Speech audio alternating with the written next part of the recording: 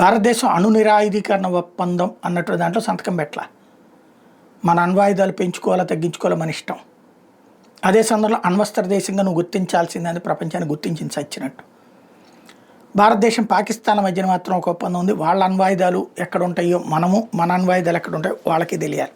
ఎందుకంటే దాని జోలికి ఎవరు పోకుండా ఉండాలన్నది. లేకపోతే ఎక్కడైనా బాంబు వేసాక అక్కడ అణ్వాయుధాలు ఉన్నాయి మాకు తెలవలేదంటారు. కాబట్టి ఎంత సామర్థ్యం వాళ్ళ దగ్గర ఉందో మనకి చెప్పాలి, మన దగ్గర ఎంత ఉందో వాళ్ళకి చెప్పాలి. అధికారంగా కనబడేది. ఇప్పుడు నరేంద్ర మోడీ ఈ అణు ఆధారిత కార్యక్రమాల్లోకి విదేశీ పెట్టుబడులను ఆహ్వానించాడు.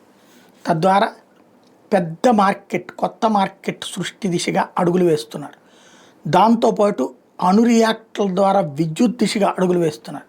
తద్వారా రూపాయికే కరెంటు ఉత్పత్తి అయ్యేటటువంటి దశ. తద్వారా ఇప్పుడు కొత్త పారిశ్రామిక విప్లవం రోజున కరెంటు వాడకం ఎక్కువ అవసరం, కానీ రేట్లు ఎక్కువైతే అది కాస్త ఇబ్బంది అవుతుంది.